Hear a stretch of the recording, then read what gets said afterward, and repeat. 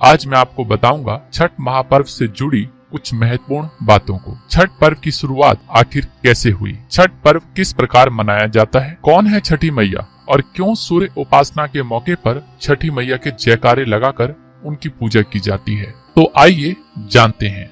भारत एक ऐसा देश है जिसको त्योहारों की भूमि कहा जाता है।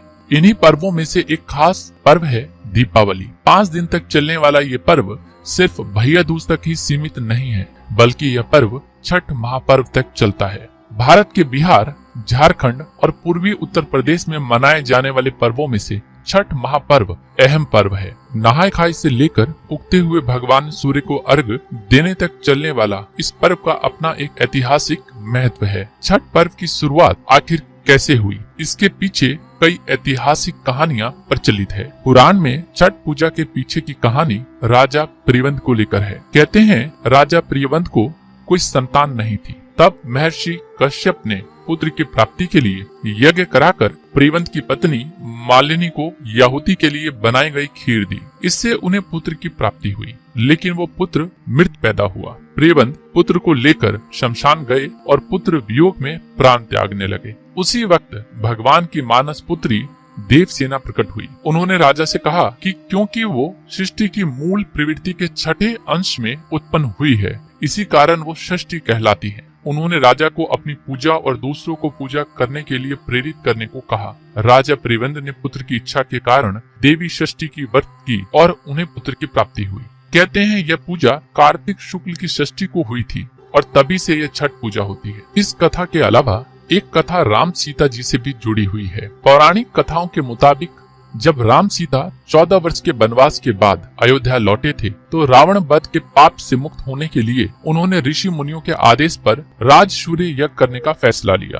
पूजा के लिए उन्होंने मुद्गल ऋषि को आमंत्रित किया। मुद्गल ऋषि ने माँ सीता पर गंगा जल छिड़क कर पवित्र किया और कार्तिक मास के शुक्ल पक्ष की षष्ठी तिथि को सूर्य देव की उपासना करने का आदेश दिया, जिसे सीता माता ने मुद्गल ऋषि के आश्रम में रहकर 6 दिन तक सूर्य देव भगवान की पूजा की थी। छठ पर्व किस प्रकार मनाया जाता है। छठ पूजा 4 दिवसीय उत्सव है। इसकी शुरुआत कार्तिक शुक्ल चतुर्थी को तथा समाप्ति कार्तिक शुक्ल की सप्तमी को होती है। इस दौरान व्रत करने वाले लगातार 36 घंटे का व्रत रखते हैं। पहला दिन कार्तिक शुक्ल चतुर्थी नहाय खाई के रूप में मनाया जाता है। सबसे पहले घर की सफाई कर उसे पवित्र बना लिया जाता है। इसके पश्चात छठव्रती स्नान कर पवित्र तरीके से बने शुद्ध शाकाहारी भोजन ग्रहण कर व्रत की शुरुआत करते हैं। घर के सभी सदस्य व्रती के भोजनोपरांत ही भोजन ग्रहण करते हैं। भोजन के रूप में कद्दू दाल और चावल ग्रहण किया जाता है। यह दाल चने की होती है। दूसरे दिन कार्तिक शुक्ल पंचमी को व्रतधारी दिन भर का उपवास रखने के बाद शाम को भोजन करते हैं। इसे खरना कहा जाता है। खरना का प्रसाद लेने के लिए आसपास के सभी लोगों को आमंत्रित किया जाता है। प्रसाद के रूप में गन्ने के रस में बने हुए चावल की खीर के साथ दूध, चावल का पिट्ठा और घी चुपड़ी रोटी बनाई जाती है। इसमें नमक या चीनी का उपयोग नहीं किया जाता। इस दौरान पूरे घर की स्वच्छता पर विशेष ध्यान दिया जाता है।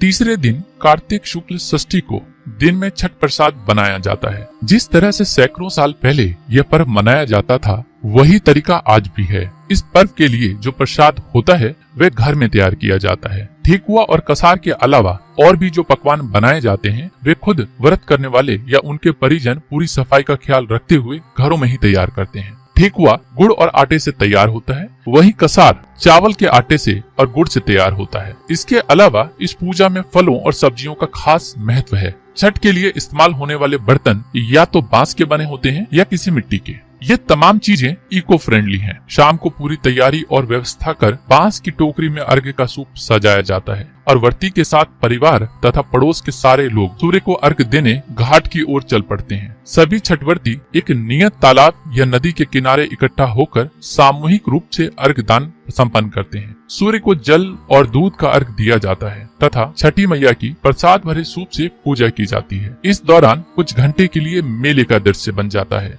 चौथे दिन कार्तिक शुक्ल सप्तमी की सुबह उगते हुए सूर्य को अर्घ्य दिया जाता है। व्रती वहीं पुनः इकट्ठा होते हैं जहां उन्होंने शाम को अर्घ्य दिया था। पुनः पिछले शाम की प्रक्रिया की पुनरावृत्ति होती है। अंत में व्रती कच्चे दूध का शरबत पीकर तथा थोड़ा प्रसाद खाकर व्रत पूरा करते हैं। कौन है छठी मैया और क्यों सूर्य उपासना के मौके पर छठी मैया के जयकारे लगाकर उनकी पूजा की जाती है। वेदों के मुताबिक छठी मैया को उषा देवी के नाम से भी जाना जाता है। छठी मैया के बारे में कहा जाता है कि छठी मैया सूर्य देव की बहन है। उनकी पूजा करने से और उनके गीत गाने से सूर्य भगवान प्रसन्न होते हैं और सभी मनोकामनाएं पूरी होती हैं। उम्मीद करता हूँ कि आपको यह वीडियो पसंद आई होगी। अगर आपको यह वीडियो पसंद आई हो तो लाइक और शेयर जरूर कीजिए।